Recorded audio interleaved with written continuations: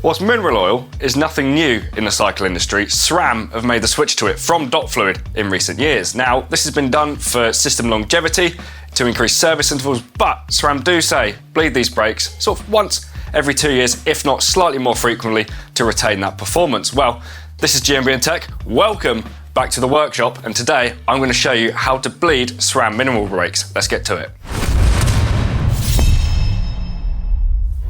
Before we get started, if you do like tutorial content like this, hit the like button so we know you like it. Let me know down in the comments what you'd like me to tackle next, and subscribe so you don't miss the video itself. Right, let's go. So we've got a little bit of safety chat before we get into the practicalities of bleeding your brakes. So whilst the mineral fluid is a kinder fluid to work with, store, etc. than the dot fluid, we are going to take precautions today. So I have my safety glasses, I've got protective gloves, we have rag and shop towel on hand to mop up any spillages, and when we are disposing of this fluid, I'm going to put it in a secure container and then dispose of it as per local legislation. So check that out before you go disposing of your old fluid. So that's our safety gear. Now onto the actual tooling we need to do the job. So we're going to use the Maxima mineral brake fluid. Now SRAM recommend this stuff, and they've gone as far as saying using any other fluid could actually damage the system and then therefore sort of void your warranty. So avoid doing that. As well as this, we've got SRAM's own mineral bleed kit. So with that, you get 2 syringes with 3 hoses, funnily enough. So you get the option of running the bleeding edge tool. So that's on the Maven and Motive calipers. And then you also get the threaded option here, which you see on the DB6 and DB8 brake systems as well. I can explain about that in a little bit more detail later. As well as that, we've got a selection of Torx keys and Allen keys for the various fittings in the brake system. And we've also got a plastic tie lever to help massage pistons back into place once they're advanced.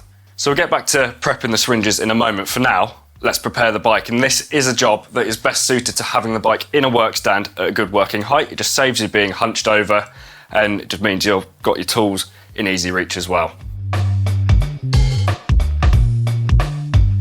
What we're going to do first, we're going to remove the corresponding wheel to the brake you're going to be working on. So today we're working on the front brake. I'm going to take the wheel out, put it well aside, and then it just keeps it out of harm's way. So if there are any spillages, we're not going to contaminate the brake rotor. And obviously unwind the axle as per the instructions on the fork. And we're going to set that over there, away from fluid. So what we're going to do next is remove the brake pads from the caliper. So we're going to remove the E-clip here. So you might need a set of pliers to do this or not. And then we're going to take a 2.5mm Allen key, carefully unwind the bolt. And we're going to carefully take these pads out. Now there is a nice little metal spring in the middle that will send these flying if you're not careful. And I'm going to set these well aside just to keep them out of harm's way. And then what we're going to do next is gently push the pistons back into the caliper with a plastic tie lever. Now if you were to use a metal one, the chances are you could very well damage the pistons. So what we're going to do before we get too far into the bleed process is massage the pistons. And basically what the process of that does, it helps advance the pistons evenly and make sure they advance evenly consistently, because if you've ever suffered with wandering bite point on these brakes, it's probably because of that. So even on some 2-piston brakes, but mainly with 4-piston brakes, you can get that wandering bite point owing to those pistons advancing unevenly. So essentially we're going to push the pistons out into the center of the caliper.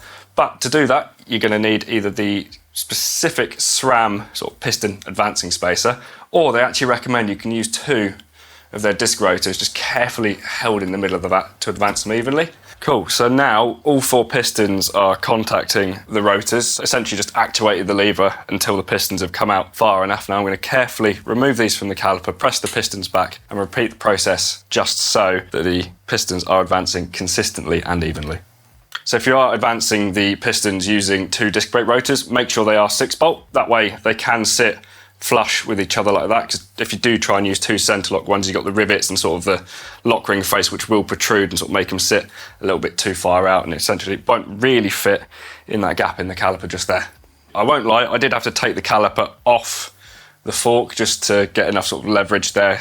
What can happen sometimes is where this is, you can't get to the inboard pistons, so by taking it off you've got all this free space around here to sort of move your tie lever about, which is cool. And I also did have to just crack the bleed port loose just to relieve a little bit of pressure and let one of the pistons go back, so don't be afraid of doing that. This is why it's good to do it now before we get into the bleed. And speaking of, it's time to set up the syringes.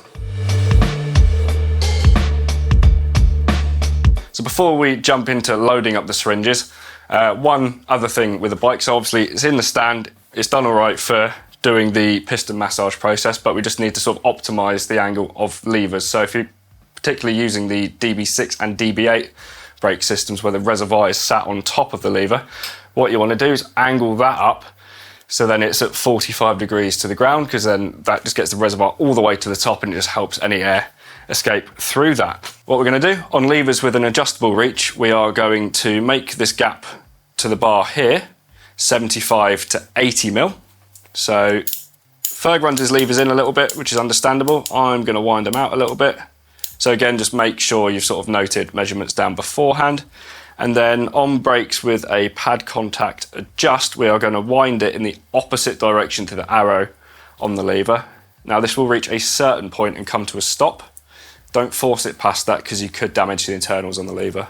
So there we go, that's come into a stop just there. Great.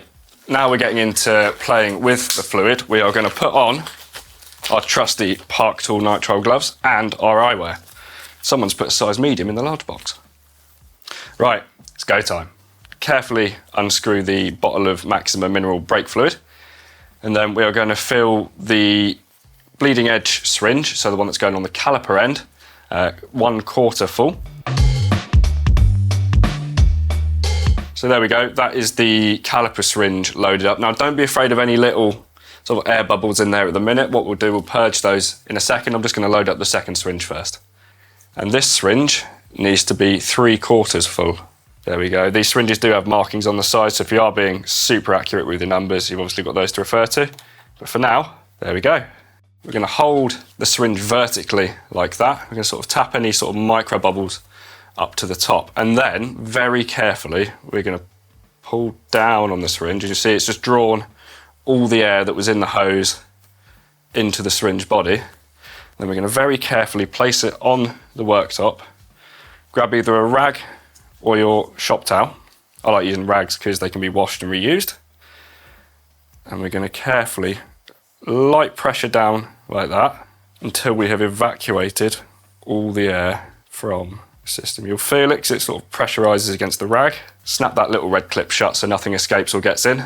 And that is one syringe ready to be threaded on to your brake lever. So that's the two syringes ready. Let's get them attached to the bike. Cool, so we're going to set about attaching hoses now. We're going to start at the caliper end, get this little rubber bung out of the bleed port screw. And take your 5mm Allen key, carefully insert it into the bleed port like that. And we're just going to crack it loose like that. Nip it back up so it's hand tight, because we're just going to undo it with the end of the syringe. Then we are going to attach said syringe, so it'll only go in one way, like that. Crack that loose, one turn anti-clockwise. So my thinking for attaching the hose before putting the bleed block in just means that if you have got any stubborn pistons, you can now press them back without forcing and sort of over-pressurising seals. So now that's done, I'm going to reinsert the retainer pin, carefully take the bleed block, slide that in, and there you go, that's snapped onto that retaining pin nicely. And now we're going to set about attaching the lever syringe. So you're going to take your T10, carefully insert it into the screw. So that shouldn't be too tight. If it is, someone's gone a bit too ham in the past. Might not be able to see on the camera, but the threads on this are really fine. So that means the corresponding ones in the lever are as well. And the last thing you want to do is cross thread those. So just take your time threading that on. And when you're ready, release the red clip and you're ready to make it bleed. So the next part of the process, we're going to be pushing and pulling fluid through the system until essentially we've expelled all the air from it. So holding both levers vertically, we are going to gently press down on the lever syringe, and it's going to push fluid through to the caliper end. And what you can do here as well, if you apply a light upward pressure on the syringe, it just helps pull fluid through.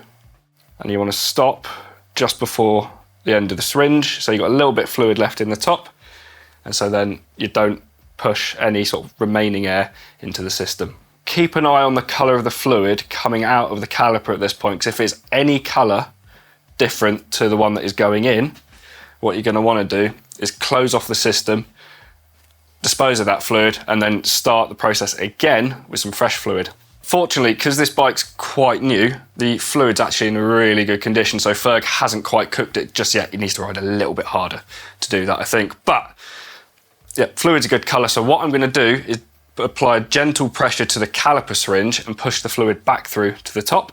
And again, just keep an eye out for any discoloration and monitor the fluid level in the bottom of the system. And maybe some bubbles through. Look, there we go. There's some air escaping the system into our syringe. And we're going to stop before we introduce any more air. And then we're just going to cycle through this, so pushing, pulling fluid from both ends, just until there are like no air bubbles coming out at all. I'm pretty happy now that there's no air coming up or down through the system, so I'm going to close this off here. We're going to leave this syringe attached for now. And if you follow me down to the caliper, what we're going to do is take the bleeding edge tool, wind it so it's shut, and we're going to carefully remove the tool. Now, as you're taking it off, don't twist it, just pull it straight back away from the caliper. Set that well aside, and then we're going to grab our 5mm Allen key and tighten this up to 1.8 Newton meters. So you can get a torque wrench on this, which I would suggest. I will be going back and double checking this later. There we go, that is nipped up. And then, as you might have just seen, we've got a little bit of sort of fluid escape here. I'm going to wipe that up before I put the bleed port cover back in.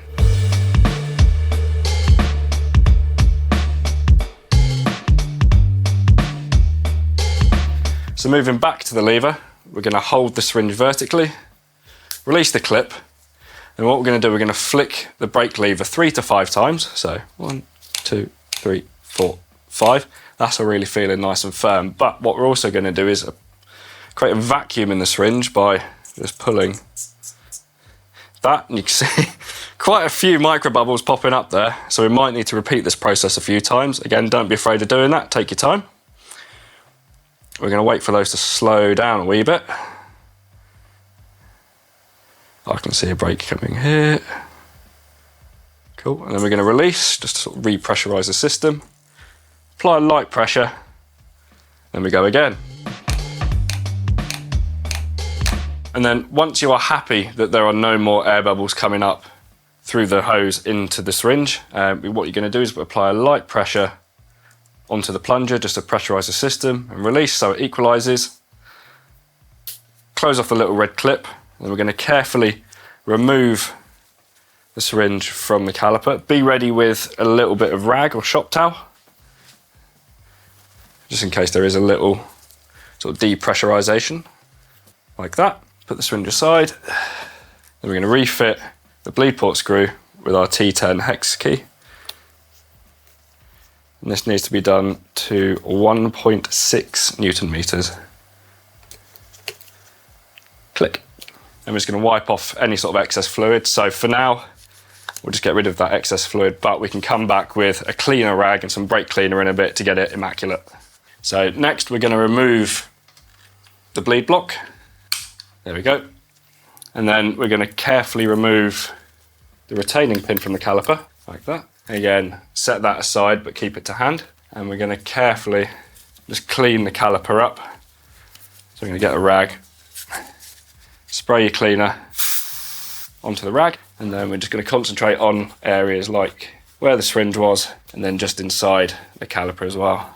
Almost like sort of floss the caliper a little bit. Cool, so unfortunately, we are out of large gloves. What I'm going to do is take those off, go and give my hands a really good wash, and I'll come back and we'll refit those pads.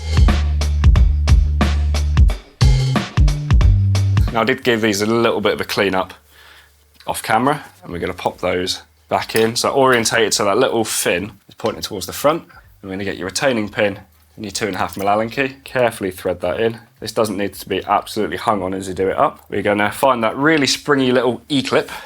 And again, you can do this with a needle nose set of pliers. Snap it onto the retainer pin like that. And then we are going to fit the transit spacer with the thinner side into the caliper. Now, the really cool thing with this, and I didn't actually realise till I wrote the script for this, these spacers can actually be used to measure your rotor thickness and your pad thickness. So on rotors that come 2mm thick out of the box, if it will slot into this 1.7mm notch here, it's time to replace it. If you've got a 1.85mm rotor and it fits in that gap just there, the 1.55, you need to replace that. And then it's also got one for measuring your pads as well in the middle. So obviously if your pad fits in that, it's time to replace them.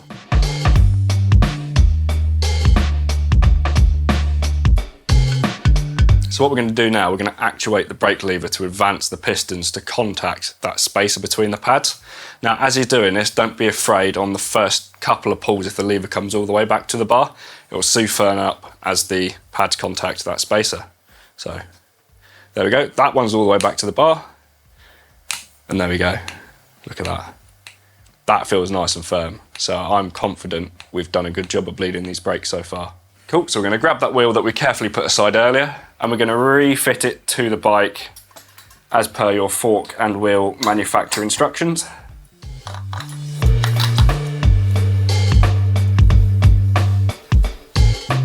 I'm going to do that. Nip up this side. There we go. Wheel refitted. So we're going to realign the caliper now, and this is my second try at it, I will admit, because on the first time I wasn't too happy with how the pistons had advanced, so they weren't quite even. So what I did, I took the wheel out, reinserted the spacer to spread the pistons out, then flipped it round and advanced the pistons again against that spacer evenly. So in theory, all we have to do now is crack these bolts loose, and then we're going to gently spin that. There we go. Nip those down. Hopefully being advanced evenly now, it just means that's centralised the caliper. Near enough, there's going to be a little bit of fine tuning here, so bear with me, and then we're going to get it absolutely dialed. So I've crouched down in this little void here, because what you can do from the back of the caliper, very fortunately we've got a light coloured floor in here, so you can see if there is a gap between the pad and the rotor. So what I'm doing is going to crack that bolt loose. It's obviously not enough to stop the wheel rotating, but I'm going to fine tune it. And we want to make sure that gap is equidistant top and bottom. A slight difficulty with this is this rotor is slightly warped. So I'll be going back in a moment with our trusty rotor straightener. Otherwise, yeah, I'm happy with how equidistant that is now for the most part. So I'm very happy with how this brake has now bled up. I mean, this lever is feeling absolutely solid, so I'm ready to give this bike back to Ferg for a very exciting experiment, so stay tuned to the main channel for that. But I really hope that me showing you how to bleed the SRAM mineral brake has helped you guys at home. As always with a brake system, take your time doing it. If you need to refer back, obviously scroll back through the video. And if you're really stuck, don't be afraid to consult your local bike shop for further advice and guidance. Otherwise, yeah, like, share, subscribe, let me know you want me to tackle next, and I will see you soon.